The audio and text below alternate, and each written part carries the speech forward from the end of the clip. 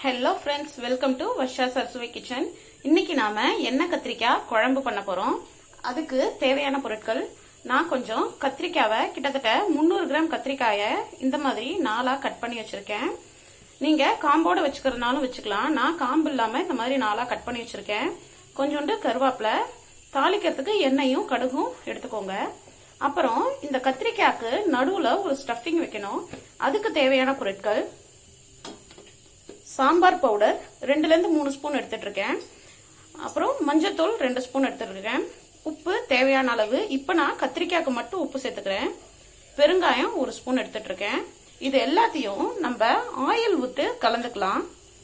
இது பேஸ்ட் ஆகிறதுக்கு தேவையான ஆயில் விட்டுக்கோங்க. நீங்க எந்த குக்கிங் ஆயில் வேணாலும் யூஸ் பண்ணிக்கலாம். நான் இன்னைக்கு நல்லெண்ணெயில செய்றேன்.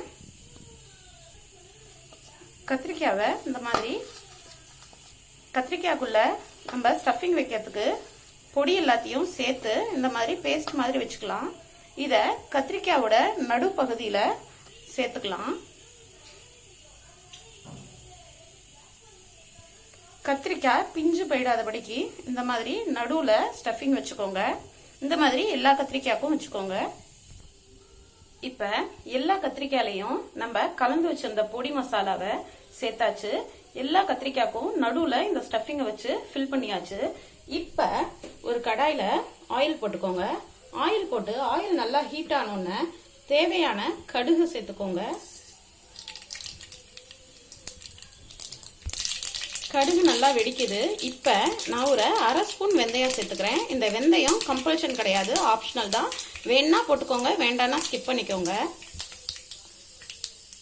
வெந்தயம் செவந்தோன்னு நம்ம வச்சிருக்கிற கத்திரிக்காவை ஒவ்வொன்னா இதுக்குள்ள சேர்த்துக்கலாம்.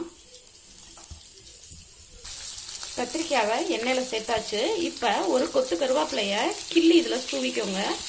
தூவிட்டு இத மூடி போட்டு மூடி வச்சிடலாம். க்ளோஸ் பண்ணிட்டு ஒரு 2 நிமிஷத்துக்கு ஒரு தடவை கத்திரிக்காவை எண்ணெயில நல்லா வதங்குறபடி பெரட்டி விடுங்க. அதுக்குள்ள நம்ம ஒரு சின்ன நெல்லிக்காய் சைஸ் புளி எடுத்துக்கலாம். நான் இன்னைக்கு கொஞ்சமா தான் புளி சேர்க்கிறேன். உங்களுக்கு எந்த அளவுக்கு குவான்டிட்டி வேணுமோ அந்த அளவுக்கு புளி சேர்த்துக்கோங்க.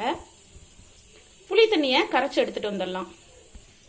குழம்புக்கு தேவையான புளிய அந்த மசாலா கலந்த பாத்திரத்திலேயே நான் கரைச்சி வச்சிருக்கேன். தேவையான தண்ணி ஊத்தி கலந்து வச்சிருக்கேன். இப்ப மூடியை திறந்து நம்ம கத்திரிக்காய் எல்லாத்தையும் பெரட்டி விட்டுடலாம்.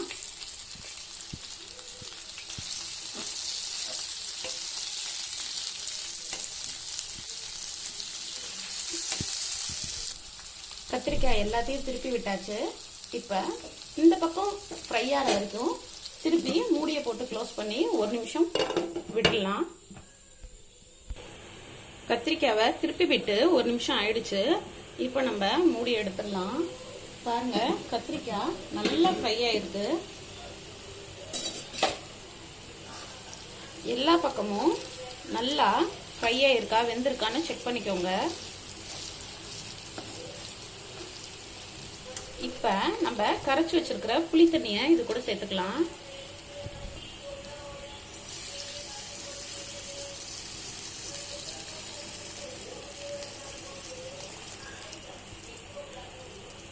நம்ம ஆல்ரெடி கத்திரிக்காயில சாம்பாருக்கு தேவையான உப்பு, மிளகாய் தூள், பெருங்காயம், மஞ்சள் தூள் போட்டுட்டோம். உப்பு மட்டும் செக் பண்ணிக்கோங்க. வேணும்னா குழம்புக்கு தனியா போட்டுக்கோங்க. நம்ம ஆல்ரெடி கத்திரிக்காய்க்கு உப்பு சேர்த்துட்டோம், அதனால குழம்புக்கு தேவையான உப்பு மட்டும் சேர்த்துக்கோங்க. இப்ப நான் குழம்புக்கு மட்டும் கொஞ்சமா உப்பு சேர்த்துக்கிறேன். உப்பு சேர்த்துட்டு மறுபடியும் ஒரு 2ல இருந்து 3 நிமிஷத்துக்கு மூடி வச்சிருவோம். மூடி வச்சுட்டு நம்ம எப்படி வந்திருக்குன்னு பார்ப்போம். நம்ம க்ளோஸ் பண்ணி வச்சு 3 நிமிஷம் ஆயிடுச்சு. பாருங்க, நல்லா கொதிச்சு எண்ணெய் எல்லாம் தனியா ஒதுங்கி வந்துருச்சு.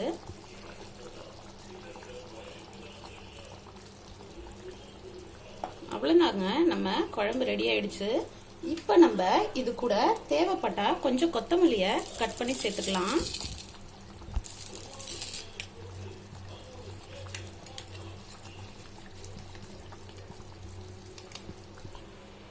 கொத்தமல்லி தூவிட்டு ஸ்டவ் ஆஃப் பண்ணிடலாம். ஸ்டவ் ஆஃப் பண்ணிட்டு ஒரு பாத்திரத்துக்கு டிரான்ஸ்ஃபர் பண்ணிக்கலாம்.